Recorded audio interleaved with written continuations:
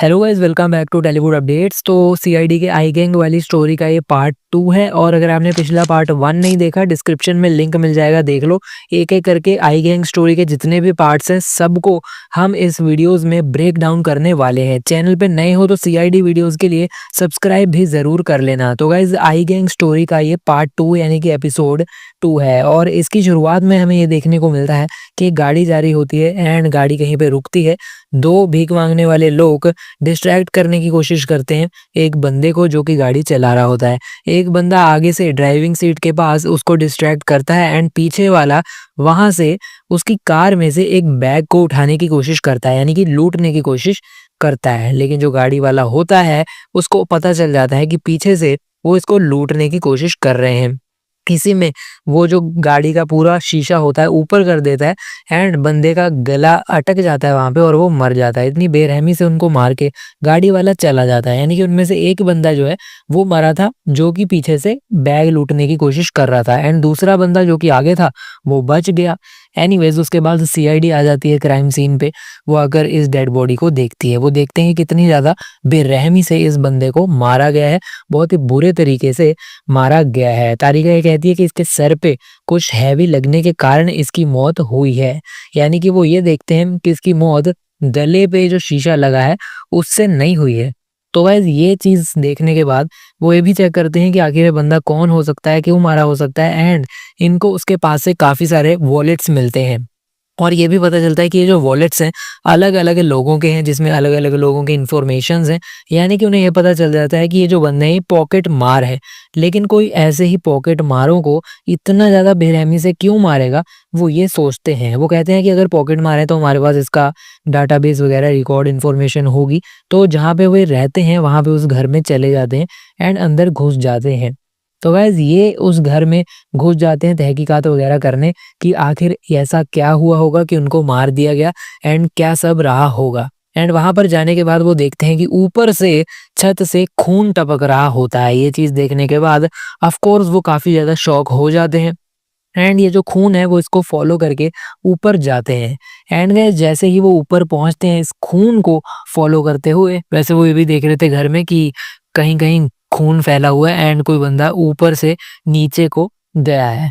Anyways, फिर वो देखते हैं कि उन्हें एक और डेड बॉडी मिल जाती है। ये उस बंदे की डेड बॉडी है जो कि स्टार्टिंग में दो बंदों में से पहले वाला बंदा था। उनमें से एक को तो मार के ही चला गया था कार वाला एंड दूसरा जो बच गया था उसकी डेड बॉडी भी इन्हें यहाँ पर मिल जाती है। दोनों एक साथ रहते थे एंड यहाँ पर ये बंदा भी मार दिया गया है।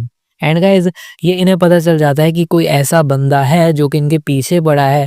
लेकिन पॉकेट मारों के पीछे क्यों पड़ेगा, इन्होंने ये सोचा कि इस करके पड़ा होगा बिकॉज ये पॉकेट मारों ने कोई कीमती चीज डेफिनेटली लूटी होगी उस किलर की, जो कि वो कीमती चीज यहाँ पर ढूंढने आया होगा जो कि उसे मिल नहीं रही है एंड इसी करके उसने इसको भी मार दिया।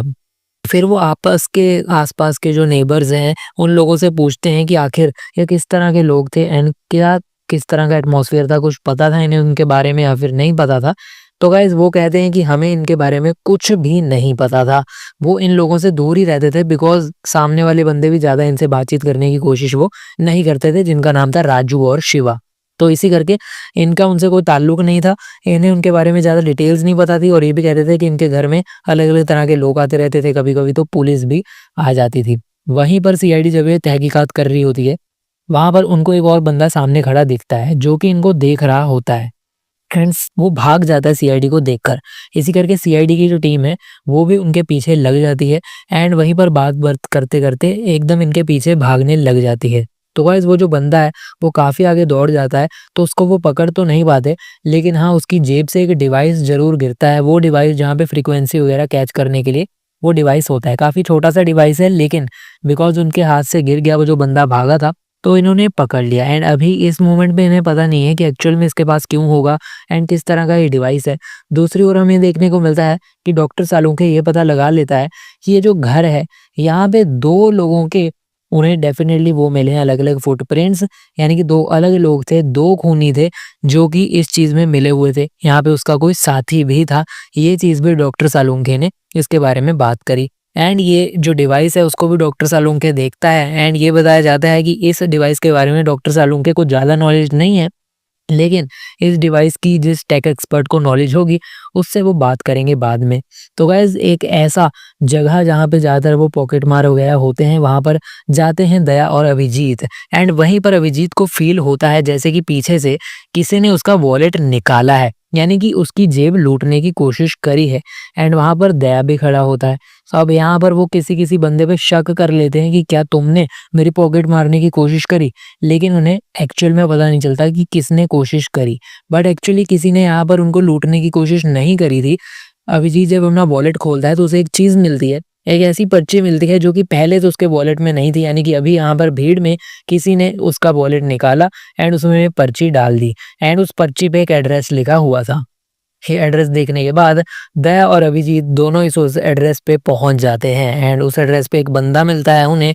उस बंदे का नाम है प्रकाश। प्रकाश ये कहता है कि आप लोगों को मैंने ही यहाँ पर बुलाया है, उसी ने वॉलेट में वो पर्ची डाली थी, वो एड्रेस दिया था ताकि दया और अभिजीत खुद इसके घर में आ पाए। एंड अब दया और अभिजीत आ ही जाते हैं तो ये सारा कुछ इनको बताने लग जाता है कि एक्चुअल में किस तरह से इन्वॉल्व है। वो जो बंदे मरे हैं जो कि पॉकेट मारे हैं, ऐसे और भी बहुत सारे लोग इसी बंदे के अंडर काम करते थे एंड वो जो सारा पैसा लेकर आते थे इसको देते थे एंड ये बाकी बंदों में भी बांट देता था। एंड अब यहाँ पर एक खुद एक क्रिमिनल है लेकिन काफ़ी ज़्यादा प्रॉब्लम में है, इसी करके सीआईडी वालों को खुद उसने बुला लिया बिकॉज़ ये काफ़ी ज़्यादा डरा हुआ है। इसके 2 बंदे राजू और शिवा उनको मार दिया गया एंड एक-एक करके इसके बंदों को मारा जा रहा है। वो बताता है कि इससे पहले भी एक बंदे को मार दिया गया था जिसका नाम था राकेश एंड जो राकेश को मारा गया था उसको ऐसे दिखा दिया गया कि वो बहुत दारू पीकर कोई लफड़ा करके मर गया, लेकिन एक्चुअल में वो ऐसा बंदा था ही नहीं जो कि दारू वगैरह पीता हो। तो इसे ये पता है कि कोई तो है जो कि इसकी गैंग के पीछे पड़ा हुआ है, जो कि इसकी पॉकेट मार वालों गैंग को मारना चाहता है, एक-एक करके बंदों को घटा रहा है, इसी करके डरा भी हुआ था। दूसरी ओर डॉक्टर सालुंखे वो डिवाइस के एक्सपर्ट को एक बुला लेते हैं एंड यहाँ पर उसे कुछ डिटेल्स सुनने को मिलती हैं। जो एक्सपर्ट होता है वो हैरान हो जाता है कि ये डिवाइस आखिर मिला कहाँ से? सालुंखे कहता है कि एक मुजरिम से मिला है। एंड गाइस ये डिवाइस इस तरह का है कि ये ज़्यादा नॉर्मल गुंडों के पास नहीं होता, नॉर्मल मुजरिमों के पास नहीं होता। इसको नष्ट भी नहीं किया जाता, बहुत ही बड़े अच्छे मटेरियल के साथ ये बना हुआ है। इस तरह का ये डिवाइस है। उसके बाद जो दया और अभिजीत हैं उन्हें एक और लाश मिल जाती है एंड उसी घर में उन्हें एक किलर भी मिल जाता है जिसको वो वहीं पर पकड़ लेते हैं। वो उससे पूछने लगते हैं कि आखिर ये क्या कर रहा था यहाँ पर, करना क्या चाह रहा था? लेकिन गाइस वो एक्चुअल में किलर नहीं होता, वो ये चीज़ कहता है कि मैं किलर नहीं हूँ, मैं एक्चुअल में एक रॉ एजेंट हूँ एंड इसी चीज़ में वो उसको बाकी के सीआईडी मेंबर्स के सामने लेकर आ जाते हैं। वहाँ पर जाके वो उनको अपना कार्ड दिखा देता है एंड उनको विश्वास दिला देता है कि हाँ, ये रॉ एजेंट ही है। एंड इस करके वो कहता है कि वो पेन ड्राइव के पीछे एक लगा हुआ है एंड वो पेन ड्राइव इन पॉकेट मारों के पास हो सकती है। वो किस तरीके से हो सकती है मैं बताता हूँ। तो गाइस उन्होंने ये कहा कि एक पेन ड्राइव है जिस पे एक गवर्नमेंट न्यूक्लियर प्लांट के ऊपर काम कर रही थी। उस पेन ड्राइव में उसकी इन्फॉर्मेशन थी। एक एम्प्लॉई ने उस इन्फॉर्मेशन को लीक कर दिया एक पेन ड्राइव में एंड वो पेन ड्राइव उस बंदे के बैग से चोरी हो गई और वो बैग ही चोरी हो गई। इसी करके वो चोरी इन पॉकेट मारों ने करी है। इसी करके ये पॉकेट मारों के पीछे ये रॉ भी लगी हुई है, ऐसा ये बताते हैं। एंड जो उस बंदा का बॉस था, यानी कि जिसने ये जो सारी इन्फॉर्मेशन है पेन ड्राइव में डाली एंड जिससे बैग से वो चोरी हो गया, उसका भी एक बॉस था जो कि उससे ये सब करवा रहा था बिकॉज वो तो न्यूक्लियर प्लांट का एम्प्लॉय था। तो इस करके उनका बॉस एंड ऑल्सो रॉ दोनों इस पॉकेट मार गैंग के पीछे पड़ गए थे बिकॉज इनके पास वो पेन ड्राइव है जिसकी कीमत करोड़ों में है। और गाइस इनको जो पेन ड्राइव है वो यहाँ पर जो लाश पड़ी है उसके ही गले से मिलती है, यानी कि वो निकल गया था उस पेन ड्राइव को। एंड गाइस ये पेन ड्राइव को बाहर निकाल लेते हैं, पेन ड्राइव में सारी इन्फॉर्मेशन भी है। ये जो रॉ एजेंट है इसको दे देते हैं, वो अपने फ़ोन में डालकर चेक कर लेता है कि हाँ सही है, सारी इन्फॉर्मेशन है और अपने बॉस को बता देता है कॉल करके कि हाँ मुझे पेन ड्राइव मिल गई है। सीआईडी की टीम को थैंक यू करता है एंड सीआईडी की टीम भी खुश हो जाती है कि चलो कुछ तो अच्छा हुआ, जो पेन ड्राइव है इतनी ज़्यादा करोड़ों की कीमत वाली वो तो एटलीस्ट मिल गई। लेकिन गाइस अब यहाँ पर बहुत बड़ा ट्विस्ट भी हमें देखने को मिल जाता है। तो गाइस यहाँ पर एक गेम चेंजिंग ट्विस्ट देखने को ये मिलता है कि सीआईडी की जो टीम है उन्होंने ये पॉकेट मारों की जो लाश वगैरह है उनकी 2 फोटोज उनके पास थी जो कि वो प्रकाश को भेजते हैं। एंड गाइस प्रकाश उन फोटोज को देखकर कहता है कि हाँ उनमें से एक बंदा तो जिसकी लाश है वो इसी का बंदा है, इसी के अंडर आता है, लेकिन जो दूसरा बंदा है उसकी जो लाश है उसे पहचान नहीं पा रहा है, वो इसका कोई बंदा नहीं है। यानी कि यहाँ पर जो बंदा निकल गया पेन ड्राइव वो इसका बंदा था ही नहीं। अब यहाँ पर ये चीज़ से इनको ये पता चलता है कि एक्चुअल में जिसने पेन ड्राइव निकली वो एक रॉ एजेंट था, वो एक अच्छा इंसान था। एंड अब यहाँ पर इनसे पेन ड्राइव लेकर जो चला गया, जिसे ये रॉ एजेंट समझ रहे थे, वो एक्चुअल में बुरा इंसान था एंड वो एक्चुअल में एक रॉ एजेंट नहीं था। इनको उल्लू बना गया, सीआईडी की टीम को बेवकूफ़ बनाने के बाद इनसे ये करोड़ों की कीमत वाला जो पेन ड्राइव है वो लेकर भाग जाता है, जिसमें पता नहीं किस किस तरह की इन्फॉर्मेशन होगी। लेकिन प्रकाश को सीआईडी वाले कहते हैं कि अपने अगर तूने पाप धोने हैं तो एक अच्छा काम कर, अपने जितने भी बंदे हैं, जितने भी पॉकेट मार हैं, अलग अलग जगह पर फैले हुए हैं, उन्हें ये बंदे की फ़ोटो दिखा देना। उनके पास फ़ोटो सीसीटीवी से आ गई और ये बंदा जो है इसे देश से बाहर या फिर शहर से बाहर मत निकलने देना।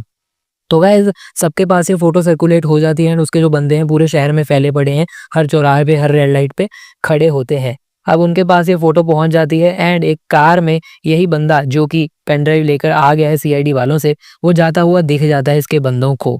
एंड गाइज़ वो अपनी गाड़ी थोड़े टाइम के लिए रोक कर कहीं जाता है। उसी के चलते हुए जिन बंदों को अपने सामने ये बंदा दिख जाता है, वो उसकी गाड़ी को देख लेते हैं, उसकी गाड़ी में साइलेंसर में कपड़ा घुसा देते हैं ताकि आगे चलकर उसकी जो गाड़ी है वो रुक जाए। एंड ऐसा ही हुआ, आगे चलकर उसकी गाड़ी रुक गई एंड वो वहीं पर स्टक हो गया। एंड ये सारे बंदे निकल कर बाहर आ जाते हैं डंडों वगैरह के साथ, उसको घेर लेते हैं, यानी कि उसको पकड़ लेते हैं। एंड उसी मोमेंट पे ये डंडों के साथ उसको मारते तो नहीं है, पर हाँ, ये बंदे को रियलाइज़ हो जाता है कि अब वो पकड़ा गया है, वो बच नहीं सकता है, बिकॉज़ सीआईडी की जो टीम है, वो भी वहीं पर कुछ मिनटों के बाद आ रही है, वो उसे रियलाइज़ हो जाता है। एंड गाइस वहाँ पर सीआईडी की जो टीम है वो भी फिर आ जाती है कुछ टाइम के बाद, बिकॉज़ उन्हें बता दिया जाता है कि हमने इस बंदे को पकड़ लिया है। तो गाइस सीआईडी की टीम जब तक आती है, ये जो बंदा है ऑलरेडी घायल हो चुका होता है एंड यहाँ पर मर चुका होता है। सारे आसपास के लोग हैं वो हैरान हो जाते हैं कि आखिर मरा कैसे, हमने तो इसको हाथ भी नहीं लगाया, हमने तो इसको मारपीट करी भी नहीं। और उसकी कार में से वही जो मीटर सा था जो कि डॉक्टर सालुंके ने पहले पकड़ा हुआ था, वही मीटर भी मिलता है जो कि फ्रीक्वेंसीज़ वगैरह को डिटेक्ट करता होता है। एंड गाइस यहाँ पर मेन ट्विस्ट जो है वो ये देखते हैं कि आखिर वो मरा ऐसे कि उसके हाथ में भी वही अंगूठी है जो कि हमने पिछले पार्ट में देखी थी। वो अंगूठी जो कि जिसको अगर थोड़ा-सा घुमाएँगे तो उसमें से एक पिन निकलेगा और शरीर में एक ऐसा पॉइज़न जाता है जो कि बहुत तेज़ी से बंदे को मार देता है। पिछले वाले एपिसोड में मैंने आप लोगों को बताया था कि आई गैंग में जो भी बंदा आई गैंग के नीचे काम कर रहा होता है उसको ये रिंग दी जाती होती है, वो घुमाता है, उसमें पॉइज़न चला जाता है। ये उस मोमेंट पे सुसाइड कर लेते हैं जब इन्हें पता चल जाए कि इनका राज बाहर आने वाला है या फिर इन्हें सीआईडी की टीम या फिर कोई भी बंदा पकड़ने वाला है, तो अपने आप को ये ख़त्म कर लेते हैं। इतना ज़्यादा आई गैंग का खौफ है इन्हें। सीआईडी की टीम ये रिंग देखकर काफ़ी चौंक जाती है एंड उन्हें पता चल जाता है कि अच्छा, आई गैंग वाला यानी कि वही ऑर्गेनाइज़ेशन जिसको इन्होंने पिछले केस में सॉल्व किया था, डोनर वाले गैंग से रिलेटेड था, वही ऑर्गेनाइज़ेशन का कुछ यहाँ पर भी रिलेशन है। एंड यहाँ पर आई गैंग का कनेक्शन आ जाता है ये वाले एपिसोड में। यहाँ पे ये वाला जो एपिसोड है, एपिसोड 1432 है, अगर आप फुल देखना चाहते हैं जाकर देख लीजिए। ये वाला पार्ट यहाँ पर एंड हो जाता है, ये वाला एपिसोड यहाँ पर एंड हो जाता है। आने वाले टाइम में आई गैंग की इस सीरीज़ की कंटिन्यूएशन देखने के लिए हमें सब्सक्राइब कर लीजिए, बेल आइकन दबा लीजिएगा ताकि आगे कहाँ कहानी जाएगी वो सब जान लेंगे। तो चैनल से बने रहो सब्सक्राइब करके और बेल आइकन दबा के वीडियो को लाइक कर दो, शेयर कर दो। फिलहाल के वीडियो में इतना ही, हम मिलते हैं अगले वीडियो में। अभी के लिए चलता हूँ, गुड बाय।